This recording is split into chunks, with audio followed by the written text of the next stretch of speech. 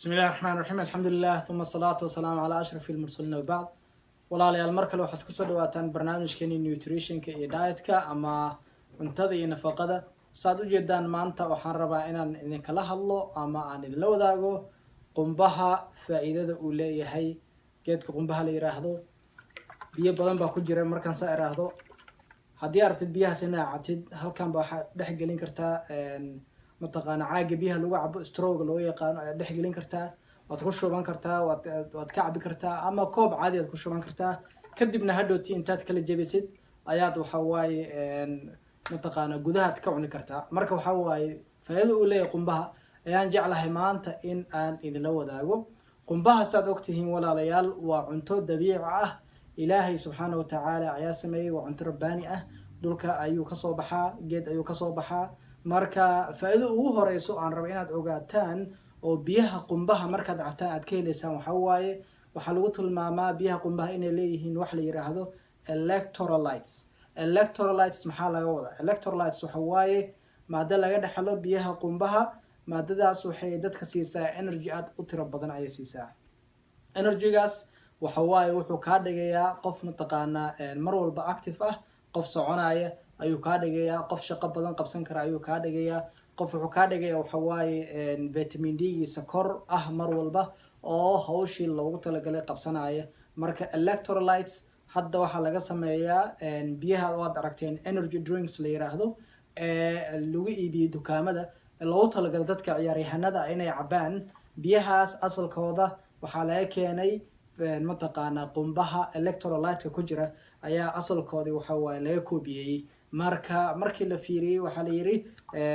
electrolyte ku jira qumbaha waa la sameyn karaa san ayaan loo sameyn karaa marka intaad energy drinks cabi lahayd waxaa ku fiican energy drink oo dabiici ah oo rabbaani ah oo ilaahay subxaana wa tacaala u abuuray in aad cabtid ayaa ku fiican faa'iido labaad aad ka helaysid biyaha qumbaha markaad cabtid waxa waaye waxay u fiican yihiin weight loss haddii aad rabtid hilibka zaa'idka ay jirkaaga saaran ama calool weyn haddii aad leedahay aad rabtid inaad iska ridid calooshii waxaad cabi kartaa biyaha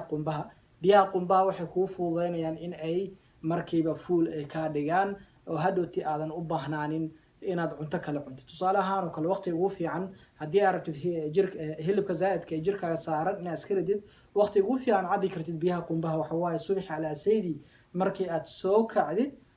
aad quraacanaysid haddii aad biyaha qumbaha cabtid waxay kuu fududeynayaan maalintii oo dhan in aad dheragsan tahay sababtoo biyaha qumbaha nutrition badan ayaa ku jira nafaqo fara badan ayaa ku jira wax badan ayay ku zaydeen marka cunto caadi meeshaad cuni lahayd haddii aad cabtid biyaha qumbaha way kuu fududeynayaan maalintaas in mataqaana weight loss fara badan ay ku sameeyaan sababtoo ay ku dharjinayaan faa'iidada saddexaad aad ka helaysid biyaha qumbaha haddii cabtid waxaa waaye biyaha qumbaha haddii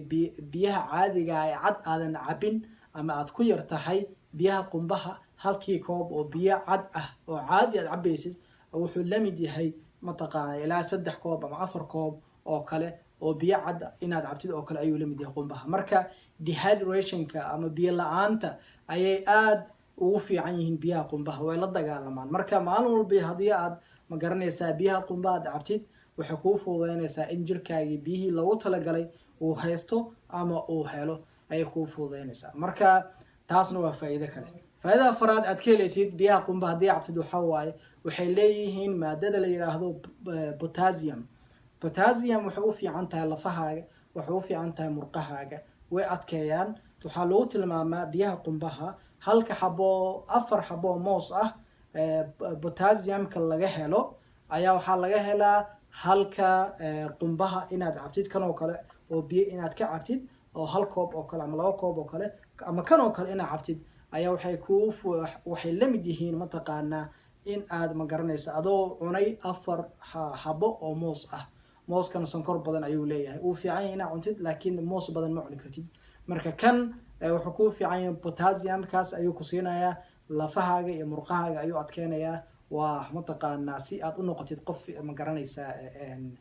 ii sheeg mataqaanaa murqihiisa adag oo socon karo lugeyn karana oo u baahan tahay potassium faa'iidada kale aad leedahay waxa waaye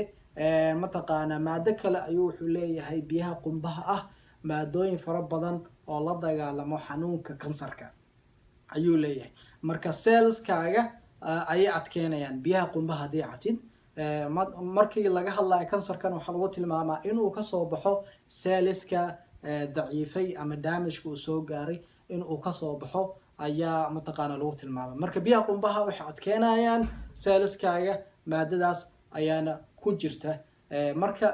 faa'iidooyin fara badan ayaa laga helaa biyaha qumbaha. faa'iidada ugu dambeysa aan sheegayno ee biyaha qumbaha laga helo waxaa waaye waxay u fiican yihiin macaanka. biyaha qumbaha macaan yar oo dabiici ah ayaa ku jira, laakiin sonkor badan aan lahayn. marka macaankaas waa u baahan tahay. macaanka dabiiciga qof walba u baahan yahay, sababtoo ah carbohydrate-ka